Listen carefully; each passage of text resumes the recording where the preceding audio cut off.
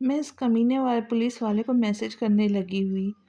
ہیرا نے کہتے ہوئے ڈائننگ پیڈ کھولنا تو ہمنا نے اسے موبائل چھین لیا۔ تمہارا تو سچ مچ دماغ خراب ہو گیا ہے، بار بار وہ ہمیں بخشے گا نہیں۔ ہمنا نے اسے ڈرانا چاہا۔ اسے تو اب اللہ ہی بخشے گا کیونکہ میں بخشنے والی نہیں۔ ہیرا نے دوبارہ اس کے ہاتھ سے موبائل لیتے ہوئے اس کا نمبر ڈائل کیا جبکہ ہمنا اسے مسلسل روک رہی تھی۔ اس کی قسمت اچھی ہے کہ اس نے فون نہیں اٹھایا۔ ہیرا نے فون بند کرتے ہوئے بستر پہ پھینکا۔ اس کی قسمت کا پتہ نہیں، لیکن ہماری قسمت واقعی اچھی ہے کہ اس نے فون نہیں اٹھایا۔ ہمنا نے تشکر بھری نظروں سے ہیرا کو دیکھا تو ناراضگی سے رخ موڑ گئی۔ تم یہاں اتنی سردی میں بیٹھی کیا کر رہی ہو؟ حدیث جو ابھی ابھی باہر سے آیا تھا ہمنا کو یوں اکیلا لان کی سیڑھیوں پر بیٹھا دیکھ کر رک گیا۔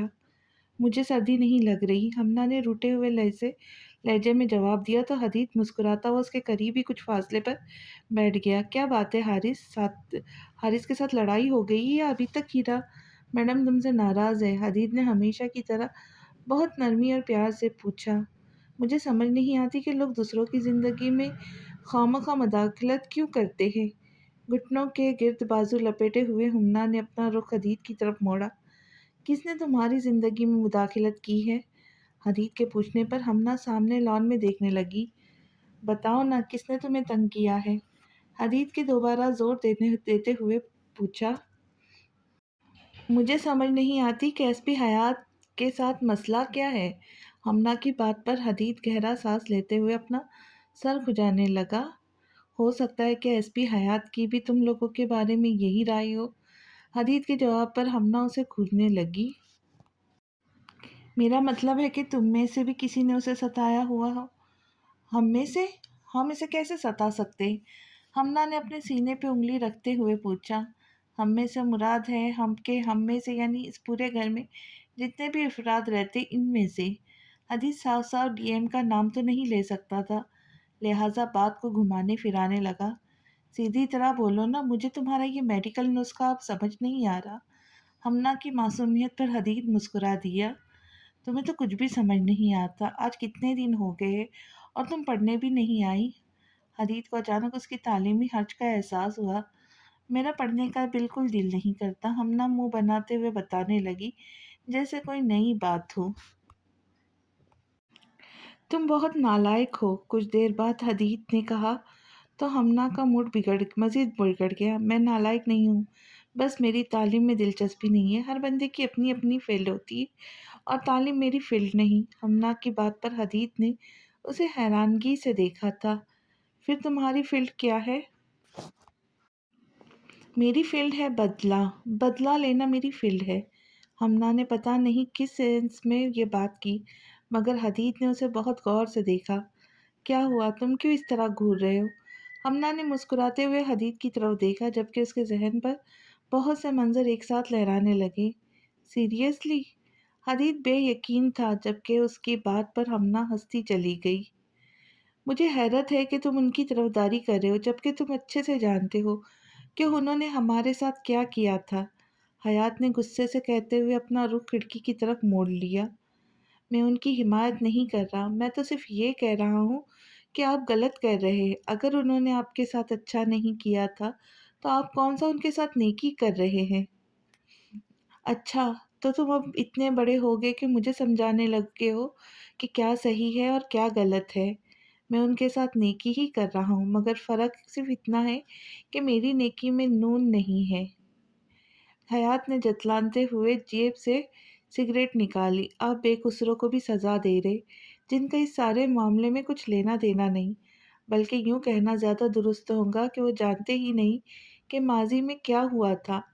حدیث نے حیات کی ناراضگی کو جو بالائے طاق رکھتے ہوئے اپنی بات کہنا شروع کی۔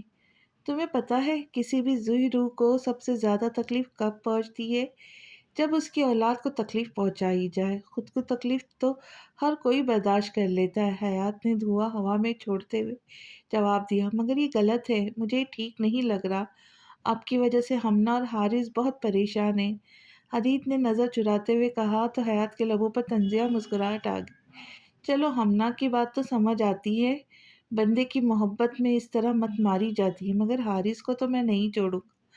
حیات کا لہجہ دو ٹک تھا۔ آپ حارث کے بارے میں اتنا غلط کیوں سوچتے ہیں؟ اس کی اس سارے قصے میں کوئی غلطی نہیں ہے۔ حدید ایک بار پھر اسے قائل کرنے لگا، مجھے حارث سے شدید نفرت ہے۔ جب تک حارث گھر میں نہیں آیا تھا سب ٹھیک ٹھاک تھا، مگر حارث کے آتے ہی سب کچھ خراب ہونے لگا۔ حیات نے کہتے ہوئے برے طریقے سے ہاتھ میں پکڑا سگریٹ ایش ٹرے میں مسلا، مجھے سمجھ نہیں آتی آپ کو حارث سے اتنی چیڑ کیوں ہے؟ اپنی ماں سے محبت کرنا گناہ تھوڑی ہے، وہ اپنی ماں سے زیادہ اٹیچ تھا اور ابھی بھی ہے۔ ہر بچے کی اپنی فطرت ہوتی ہے۔ آج دوستی کو زیادہ سر چڑھ کے بول رہی ہے، اتنی زیادہ تو کہ تمہیں یہ لحاظ بھی نہیں رہا کہ تم کس سے مخاطب ہو۔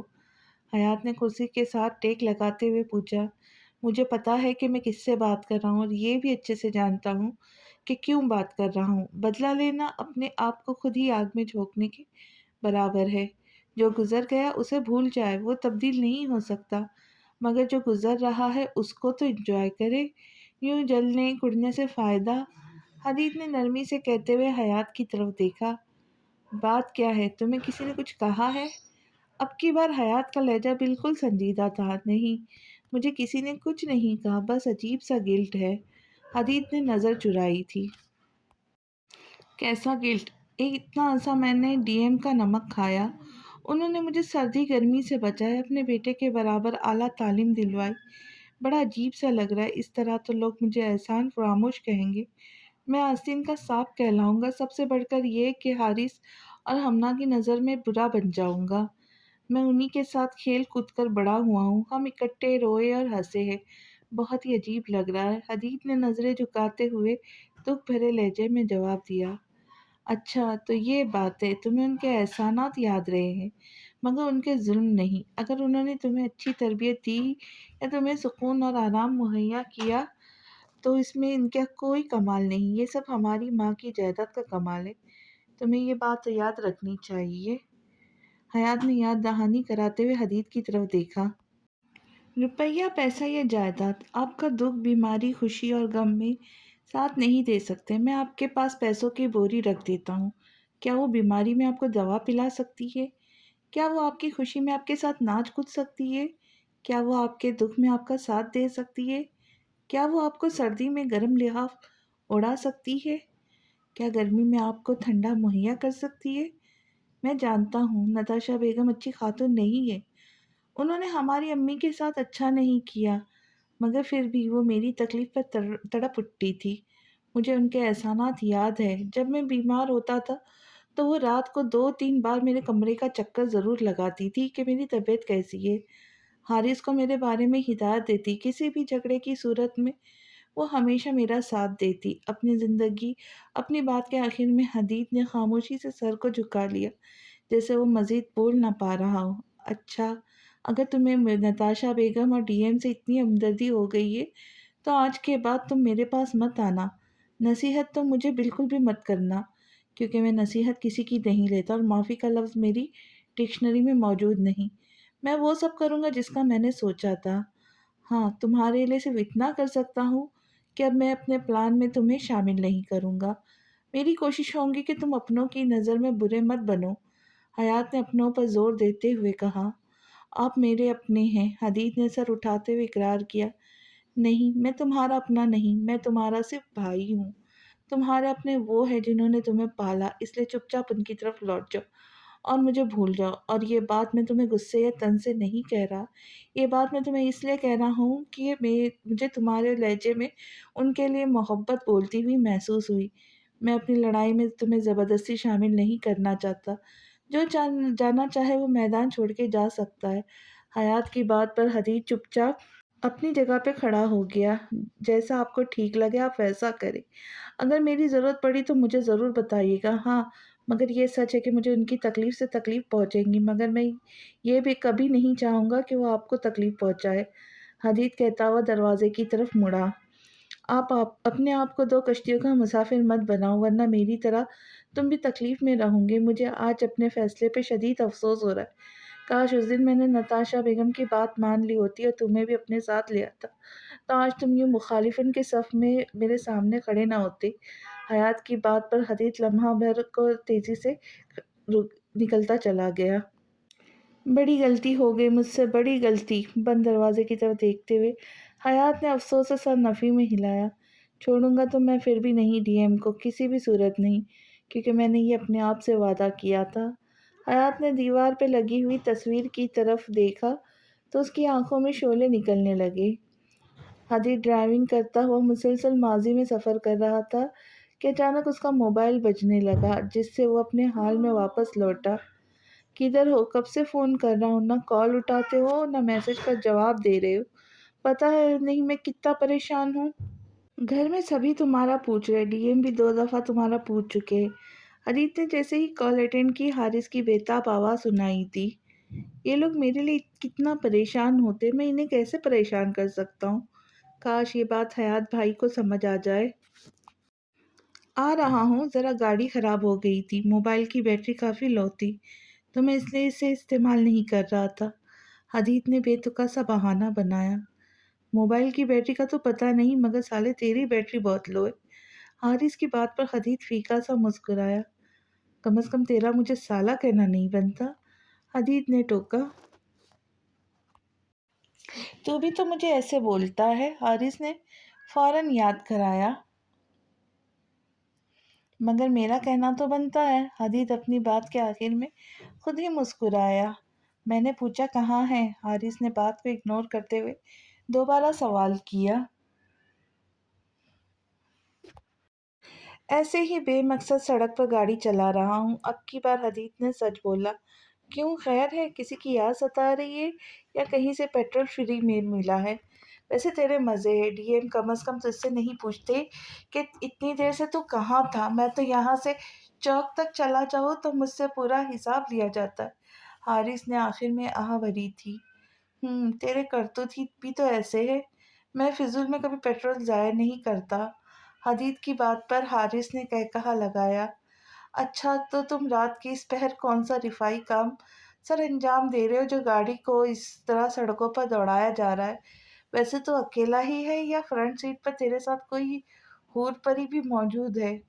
ڈیئر، رات کے اس پہر فرنٹ سیٹ پر کم از کم حور پری نہیں ہو سکتی۔ ہاں البتہ چڑیل یا کوئی بھٹکتی روح کے بارے میں کچھ کہہ نہیں سکتا۔ حدیث کے جواب پر حارث نے ادھر ادھر دیکھا۔ اتنا خوفناک جواب دینے کی کیا ضرورت تھی؟ میں اس وقت تنہا تجھ سے بات کرنے کے لیے لان کے بیچوں بیچ کھڑا ہوں۔ اگر مجھے کوئی چیز چمٹ گئی تو، حارث نے ارد گرد دیکھتے ہوئے جھرجھری لی، تو اس چیز سے بالکل مطمئن ہو جائے کہ تجھے کوئی چیز چمٹے گی۔ حدیث نے پر اعتماد لہجے میں اسے یقین دلایا۔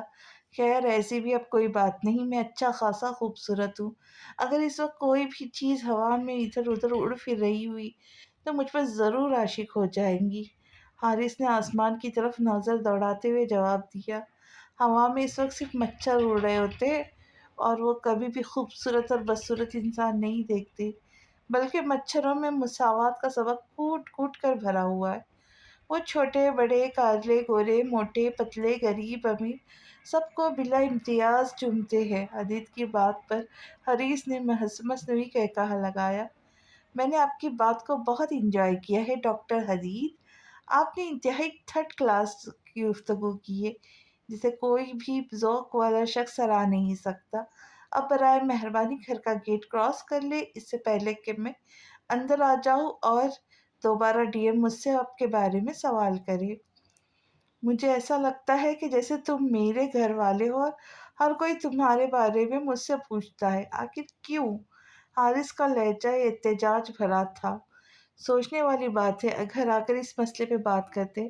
میں تمہیں کبھی بھی اپنی بیوی کا درجہ نہیں دے سکتا، ہاں البتہ سالے کے درجے سے کبھی نہیں ہٹاؤں گا، یہ میرا تم سے وعدہ ہے۔ حدیث نے کہتے ہوئے گاڑی موڑی۔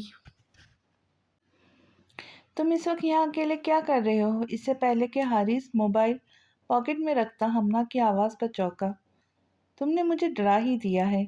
میں سمجھا کہ آدھی رات کو کہیں کوئی چڑیل آ گئی ہے۔ ابھی حدیث مجھے یہی کہہ رہا تھا کہ مجھے کوئی چیز نہیں چمٹ سکتی، مگر تم۔ حارث نے اسے سر سے پاؤں تک گھورتے ہوئے اپنی بات ادھوری چھوڑی۔ کم از کم ایک تو میں ویسے ہی پریشان ہوں، اوپر سے تم نے مجھے چڑیل کہہ دیا ہے، تم کیسے بھائی ہو؟ کبھی تم مجھ سے محبت سے بات کر لیا کر۔ ہمنا کے لہجے میں ناراضگی تھی۔ یہ محبت سے کیسے بات کرتے؟ محبت کسی انسان کا نام تو ہے نہیں جس کو میں سامنے بٹھا کر پھر اس سے بات کروں۔ تم ایسا کرو، اپنا نام محبت رکھ لو، پھر میں تم سے بات کر لیا کروں گا، حارث نے کہتے ہوئے اپنا ہاتھ ہمنا کے آگے کیا جیسے اس سے دانت لینا چاہ رہا ہو۔ انتہائی فضول بکواس تھی۔ ہمنا نے شال لپیٹتے ہوئے کہا، اگر تمہیں اتنی سردی لگ رہی ہے تو اندر جاؤ، یہاں پر کیوں کھڑی ہو؟ کیونکہ میرا دماغ خراب ہے، میں نے سوچا کچھ دیر تم سے بات کر لیتی ہوں، مگر نہیں، یہاں تو دماغ نام کی کوئی چیز ہی نہیں ہے۔ ہمنا نے پاؤں پٹکتے ہوئے اپنا رخ لاؤنج کی طرف کیا تو حارث نے اس کا ہاتھ پکڑ لیا۔ دیکھو، میرے پاس دماغ نہیں ہے، بقول تمہارا دماغ خراب ہے، وہ بھی بقول تمہارے، تو ہم دونوں کا اسٹیٹس سیم ہوا کیونکہ ہم دونوں بہن بھائی ہیں۔ اس سے ثابت ہوتا ہے کہ لیفٹ ہینڈ سائڈ برابر ہے رائٹ ہینڈ سائڈ کے۔ حارث نے منہ ہمنا کے برابر کھڑے ہوتے ہوئے کہا، حارث تم اب اتنی بے تکی بکواس کیسے کر لیتے ہو؟ ہمنا نے سینے پہ ہاتھ باندھتے ہوئے اس کی طرف دیکھا۔ بالکل ویسے ہی جیسے تم میری بے تکی بے عزتی کر لیتے ہو۔ حارث کے جواب نے ہمنا نے سر ہاں میں ہلایا۔ ویسے تمہارا وہ دوست کہاں ہے؟ کتنی دیر سے نظر نہیں آ رہا۔ ڈی ایم اور ماما کتنی دفعہ اس کا پوچھ چکے، یہ آج کل کرتا کیا پھر رہا ہے؟ ہمنا نے ایک ساتھ بہت سے سوال پوچھے تو حارث اپنا سر کھجانے لگا۔ میرا خیال ہے کہ جتنی حدیث سے سوال پوچھنے کی مجھے آزادی حاصل ہے اتنی ہی تم لوگوں کو بھی ہے، اس لیے تم یہاں کھڑی ہو۔ اب وہ ابھی آتا ہی ہوں گا، اس سے آتے ہی سارے سوالوں کے جواب لے لینا۔ اگر اس نے تمہیں دے دیے تو مجھے فی الحال نیند آ رہی ہے۔ حارث نے ہمنا کا منہ گیٹ کی طرف کرتے ہوئے خود در کی طرف قدم بڑھا دیے۔ حارث میری بات سنو، میں بہت سیریس ہوں اور پریشان بھی، ہمنا نے اسے پیچھے سے چیخ کر پکارا۔ میں یہ بات بہت پہلے سے جانتا ہوں، بہت پہلے سے، حارث نے بہت پر زور دیا اور خود لاؤنج میں داخل ہو گیا، جبکہ ہمنا نے پریشان سی صورت بناتے ہوئے اپنے برابر والے بنگلے کی کھڑکی کو دیکھا جس سے پیلی روشنی باہر آ رہی تھی۔ ہیرا سو گئی، وہ بھی اتنی جلدی؟ ہمنا نے کلائی پہ بندی گھڑی پر ٹائم دیکھتے ہوئے سوچا، یہ آج کل سب کچھ اتنا عجیب کیوں ہو رہا ہے؟ ہر کوئی عجیب ہی حرکت کر رہا ہے۔ ہمنا کی سوچ میں گاڑی کے ہارن نے خلل ڈالا۔ تم اس وقت کہاں سے آ رہے ہو؟ حدیث جیسے ہی گاڑی سے باہر نکلا، ہمنا فوراً اس کے قریب پہنچی۔ آج سے پہلے تو تم نے یہ سوال کبھی نہیں پوچھا، وہ بھی اس انداز میں، حدیث نے اسے سر سے پاؤں تک گھورتے ہوئے کہا۔ آج سے پہلے تم اتنی دیر کے لیے غائب بھی نہیں ہوئے، گھر میں سب تمہارے لیے پریشان ہو رہے۔ ہمنا کے جواب پر حدیث نے گردن جھکاتے ہوئے اپنے پاؤں کی طرف دیکھا۔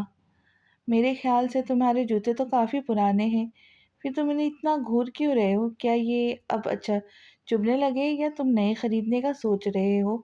حدیث سے زیادہ ہمنا اس کے جوتوں کو دیکھنے لگی۔ کبھی کبھی تم عجیب سی حرکتیں کرنے لگ جاتی ہو، حدیث نے کہتے ہوئے اندر کی طرف قدم بڑھائے۔ سیدھا ڈی ایم کے کمرے میں جانا، وہ تم سے ملنے کو بہت بےتاب ہے۔ ہمنا کی بات پر حدیث پلٹا۔ کیا انہوں نے میرے لیے کچھ خاص کہا ہے؟ حدیث پرتجسس تھا۔ وہ تمہارے لیے کبھی بھی عام نہیں کہتے کیونکہ تم ان کے لیے خاص ہو، تو ہمیشہ خاص ہی کہتے ہیں۔ مثلاً؟ حدیث نے ایبرو اچکاتے ہوئے پوچھا، جبکہ ہاتھ سینے پہ باندھے وہ اسے یکٹک دیکھ رہا تھا۔ مثلاً یہی کہ تم ابھی تک کہاں ہو، کھانا کیوں نہیں کھایا، آج وہ بہت تھک گیا ہے، وہ سارا دن زمین پر تھا، وغیرہ وغیرہ۔ اچھا تو یہ سب خاص ہے؟ حدیث ہاتھ نیچے کرتا دوبارہ مڑا۔ ہاں، کیونکہ ہم سے تو کبھی انہوں نے ایسے سوال نہیں کیے۔ ہم سے پوچھتے ہیں کالج کیسے جا رہا ہے، آج کل کیا کرتے پھر رہے ہو، پیپرز کب ہے، اب فیل ہوئے تو جوتے پڑیں گے، تم سے گاڑی لے لی جائیں گی، وغیرہ وغیرہ۔ ہمنا مسلسل حدیث کے پیچھے چلتی بول رہی تھی جبکہ وہ بہت سنجیدہ تھا۔ کیا اب اندر بھی میرے ساتھ جاؤں گی؟ حدیث نے دروازے کے ہینڈل پر ہاتھ رکھتے ہوئے پوچھا تو ہمنا نے نہ میں سر ہلانے لگی۔ میرا دماغ فی الحال بالکل ٹھیک کام کر رہا ہے، میں کیوں رات کے اس پہر ڈی ایم کے کمرے میں جاؤں گی، جبکہ میں اچھی طرح جانتی ہوں کہ اس وقت جانے والوں کے ساتھ کیا سلوک ہوگا۔ خیر تم مت ڈرو، تمہیں تو کچھ نہیں کہتے، تم تو ان کے لاڈلے ہو۔ ہمنا نے ہاتھ جھاڑتے ہوئے طنز کیا۔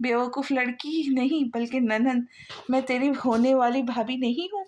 مجھے وہ ایس پی دلہن بنا کے لے جا رہا ہے؟ تیری غیرت بالکل جوش نہیں مارتی؟ حارث کو بتا، اگر اس میں کوئی غیرت ہوئی تو وہ ضرور جوش ماریں گی۔ ابھی وہ دونوں باتیں کر ہی رہی تھی کہ حارث کمرے میں داخل ہوا۔ حارث، تو یقین مان تیری زندگی شیطان جتنی ہے، ابھی میں تجھے یاد کر رہی تھی اور تو آ گیا۔ ہیرا نے حارث کو اندر آتا دیکھ کر کہا، میرے خیال سے تم یہ کہنا چاہ رہی ہو کہ میری زندگی بہت لمبی ہے۔ حارث اس کا جملہ درست کرتا قریب پڑی کرسی پر بیٹھ گیا۔ ایک ہی بات ہے، ہیرا نے منہ بناتے جواب دیا، جس پر حارث سر نفی میں ہلاتا دیوار کی طرف دیکھنے لگا۔ اگر تم کوئی ضروری بات نہیں کر رہی ہو تو تھوڑی دیر کے لیے باہر تشریف لے جاؤ تاکہ میں اپنی بہن سے بات کر سکوں۔ حارث نے کچھ سوچتے ہوئے کہا، میں بہت ضروری بات کری ہوں۔ بیوقوف لڑکے، تمہاری چاند جیسی منگیتر کو کوئی دلہن بنا کر لے جا رہا ہے اور تمہاری غیرت سو رہی ہے۔ ہیرا نے اسے جوش دلایا، میں خود پورے کا پورا سویا ہوا ہوں، تم صرف غیرت کی بات کر رہی ہو۔ دوسرا یہ کہ مجھے یاد نہیں میری منگیتر کون ہے، کیا میری کبھی منگنی ہوئی تھی؟ حارث نے ہمنا کی طرف دیکھتے ہوئے پوچھا تو اس نے لاتعلقہ کا اظہار کیا، میرے حساب میں تم دونوں کے دونوں ہی بہت بڑے بے غیرت ہو۔ میرا دماغ خراب تھا جو میں یہاں تمہیں بتانے چلی آئی۔ ہیرا نے بستر سے اترتے ہوئے ناراضگی سے کہا، حارث تم اس کی بات غور سے سنو، تمہیں پتہ ہے رانا صاحب نے ہیرا کی منگنی ایس پی حیات سے کر دی ہے، یہ بیچاری اتنی پریشان ہے۔ ہمنا نے ہیرا کا ہاتھ پکڑتے ہوئے اسے روکا، جبکہ ہمنا کی بات پر حارث کے تاثرات پہلے حیرت اور پھر مسکراہٹ میں بدل گئے۔ چلو میری جان تو چھٹی، اس بات پہ تو مجھے تم لوگوں کو ٹریٹ دینی چاہیے۔ میں خامخواہ اتنا پریشان ہو رہا تھا، آخر کار جہاں کا خمیر تھا وہاں پہنچا۔ تم ہمارے گھر سے رخصت ہوگی، ہمیں کتنا اچھا محسوس ہوگا، یہ گھر اپنا اپنا لگے گا۔ حارث کی خوشی اتنی تھی جبکہ ہیرا اسے غصیلی نظروں سے گھور رہی تھی۔ دیکھو، میں تمہیں آج سچے دل سے اپنی بہن تسلیم کرتا ہوں، میں تمہاری شادی میں بھاگ بھاگ کر کام کروں گا، تمہیں بھائی کی کبھی کمی محسوس نہیں کروں گی۔ تمہارا کوئی بھائی نہیں ہے نا، بس آج سے میں تمہارا بھائی ہوں۔ حارث کی خوشی اتنی تھی وہ کمرے میں چکر کاٹ رہا تھا۔ میرے تو پیر ہی اس خوشی سے زمین پہ نہیں ٹک رہے، حارث نے دونوں کی طرف دیکھتے ہوئے اظہار کیا، جبکہ ہمنا اور ہیرا دونوں اسے بہت غور سے دیکھ رہی تھی۔ تم دونوں مجھے یوں کیوں دیکھ رہی ہو؟ مجھے کیوں ایسا لگتا ہے جیسے تم دونوں کچھ کرنے لگی ہو؟ ہم سوچ رہے اگر تمہارا پاؤں ٹوٹ جائے تو یہ بستر پر کافی آرام سے ٹکیں گے۔ حارث نے ان دونوں کو اپنی طرف بڑھتا دیکھ کر الٹے قدم لیے، جس پر ہمنا اور ہیرا اس کی طرف لپکی۔ کمرے میں بلا کی خاموشی تھی۔ وہ ٹیبل لیمپ کی لائٹ کبھی بند کرتا کبھی آف۔ اسے کچھ سمجھ نہیں آ رہی تھی کہ اس کے ساتھ کیا ہو رہا تھا۔ کیا ڈی ایم نے جو کچھ بولا وہ درست ہے؟ مگر حیات بھائی جو ہر وقت کہتے رہتے پھر اس کا کیا؟ مجھے وہ بھی سچے لگتے، اور یہ بھی مجھے کچھ سمجھ نہیں آ رہا مجھے کیا کرنا چاہیے۔ حدید نے اپنا سر نیچے گراتے ہوئے زیر لب دہرایا، میں ڈی ایم کو دکھ نہیں پہنچا سکتا اور حیات بھائی کا تو سوال ہی پیدا نہیں ہوتا۔ آخر مجھے کیا کرنا چاہیے؟ کیا مجھے ان دونوں کے درمیان سے ہٹ جانا چاہیے یا ان دونوں کے درمیان صالح کا کردار ادا کرنا چاہیے؟ یہ دونوں کبھی صلح نہیں کر سکتے، بھلا کبھی آگ اور پانی کی بھی صلح ہوئی ہے؟ حدید کے اندر ایک سوال اور جواب کی جنگ جاری تھی۔ وہ خود ہی سوال کرتا، خود ہی جواب دے کے اپنے سوال کو رد کر دیتا۔ ابھی وہ اسی کشمکش میں مبتلا تھا کہ دروازے پہ دستک کے ساتھ ہی دروازہ کھلا۔ یہاں اکیلے بیٹھے کیا کر رہے ہو؟ ہمنا نے سوئچ بورڈ پر ہاتھ مارتے ہوئے پوچھا، جبکہ پورا کمرہ روشنی میں نہا گیا۔ اچانک تیز روشنی کی وجہ سے حدید کی آنکھیں چنیا گئی تو اس نے اپنی آنکھوں کے آگے ہاتھ رکھتے ہوئے ہمنا کی طرف دیکھا۔ تم ابھی تک سوئی نہیں؟ حدید نے اپنے جذبات اور احساسات پر قابو پاتے ہوئے سوال کیا۔ اگر میں سو گئی ہوتی تو یہاں پر کیسے موجود ہوتی؟ ہمنا نے کہتے ہوئے کرسی اپنی جانب گھسیٹی اور حدید سے فاصلے پر بیٹھ گئی۔ کیا ڈی ایم نے سچ مچ بہت زیادہ ڈانٹا ہے؟ ہمنا کو حدید سے ہمدردی ہوئی۔ نہیں، انہوں نے مجھے ڈانٹا نہیں بلکہ ایک کہانی سنائی ہے جسے سن کر میں اداس اور پریشان ہو گیا ہوں۔ حدید نے ہمیشہ کی طرح بہت نرمی اور پیار سے ہمنا کو جواب دیا تو وہ مسکرانے لگی۔ اچھا، پھر مجھے بھی وہ کہانی سنائیے۔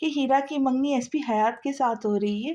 ہماری شرکت اس میں ہمارے لیے باعث افتخار، اطمینان اور خوشی ہے۔ حارث کے جواب پر حدید نے افسوس سے اسے دیکھا، جو بہت خوش دکھائی دے رہا تھا۔ ہلکے پھلکے میک اپ اور سلور گرے ساڑی زیب تن کی، جس پر نفیس چاندی کا کام ہیرا کو روپ کی کو چار چاند لگا رہا تھا۔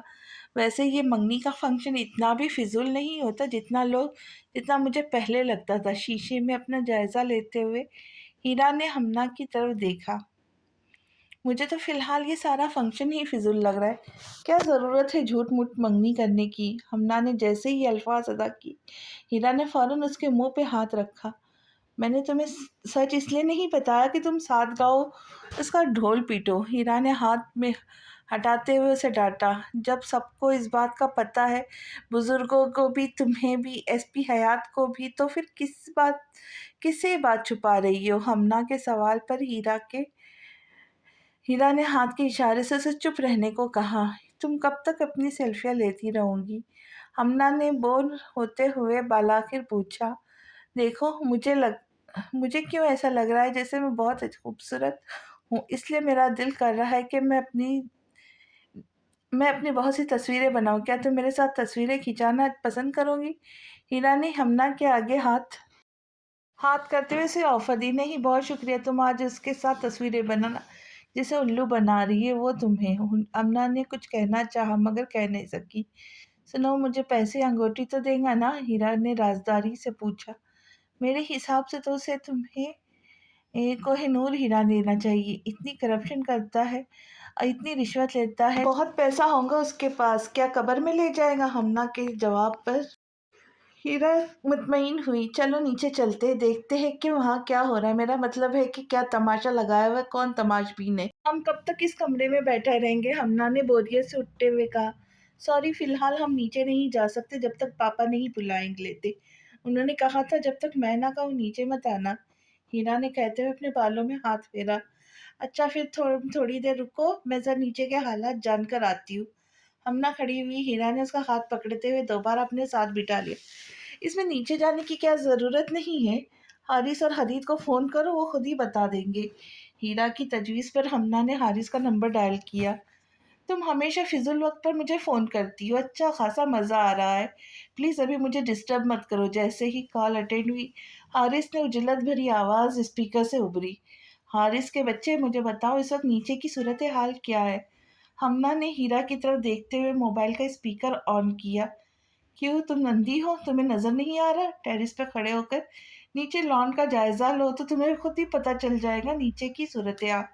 لیکن جو بھی ہے، میں بہت انجوائے کر رہا ہوں، میری سوچ سے بھی زیادہ یہ ایس پی مزہ آئی ہے، ایسی عجیب و غریب فرمائش کر رہا ہے، ایسی نئی نویلی دلہن اپنے سسرال آ کے نہیں کرتی جیسے یہ نہ ہونے والا داماد کر رہا ہے۔ حارث کی بات پر ہیرا نے ہمنا سے فون چھین لیا۔ حارث، مجھے بتاؤ کیا بات ہے؟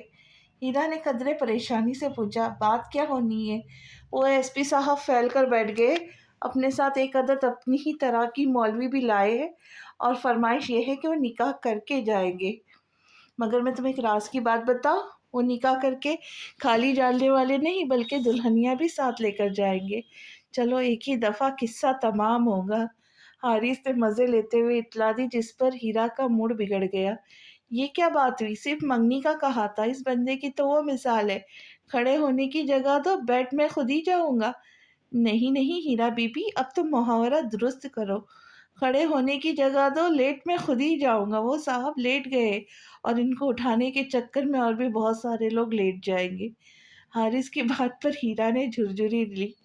تمہیں شرم نہیں آتی؟ اتنی فضول بکواس کرتے ہو، اللہ خیر کرے، اللہ نہ کرے کوئی لیٹے۔ ہیرا نے نہ میں سر ہلایا۔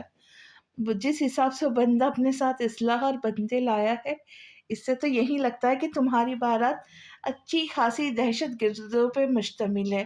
اگر اس کے آگے کسی نے چوں چاہ کی تو اس کی بولتی بند کر دے گا۔ فی الحال تو رانا صاحب اور ڈی ایم اس کے ساتھ بحث و تکرار کر رہے، لیکن میں ابھی بتا دیتا ہوں کہ حتمی اور آخری نتیجہ اس بندے کے حق میں نکلے گا۔ حالانکہ اس نے دھاندلی کی، یہ بھی مانتا ہوں، مگر کیا کرے؟ ہیرا بی بی، سوچا تھا اور کچھ نہیں تو تمہاری شادی کے 2-3 فنکشن ہی اٹینڈ کر لوں گا، اس بہانے یونی بھی نہیں جانا پڑے گا، مگر افسوس۔ حارث نے ایک سرد آہ بھری۔ میں نیچے آ رہی ہوں، ایسی کی تیسی اس ریسپی کی اس کے ہوش ٹھکانے لگا دوں گی۔ بڑا آیا نکاح کرنے والے، جب کہا منگنی ہوگی تو منگنی ہی ہوگی۔ ہیرا نے غصے سے کہتے ہوئے اٹھ کھڑی ہوئی۔ اگلی قسط میں دیکھتے کہ ہیرا بی بی اپنی منگنی اور نکاح روک پاتی ہے یا حیات کے ساتھ کسی رشتے میں بن جاتی ہے۔ تو یہ جاننے کے لیے اگلی قسط کا انتظار کیجیے۔ تب تک کے لیے اجازت، خوش رہے، خوشیاں بانٹے اور چینل کو سبسکرائب کر کے جانا نہ بھولے۔ اللہ حافظ۔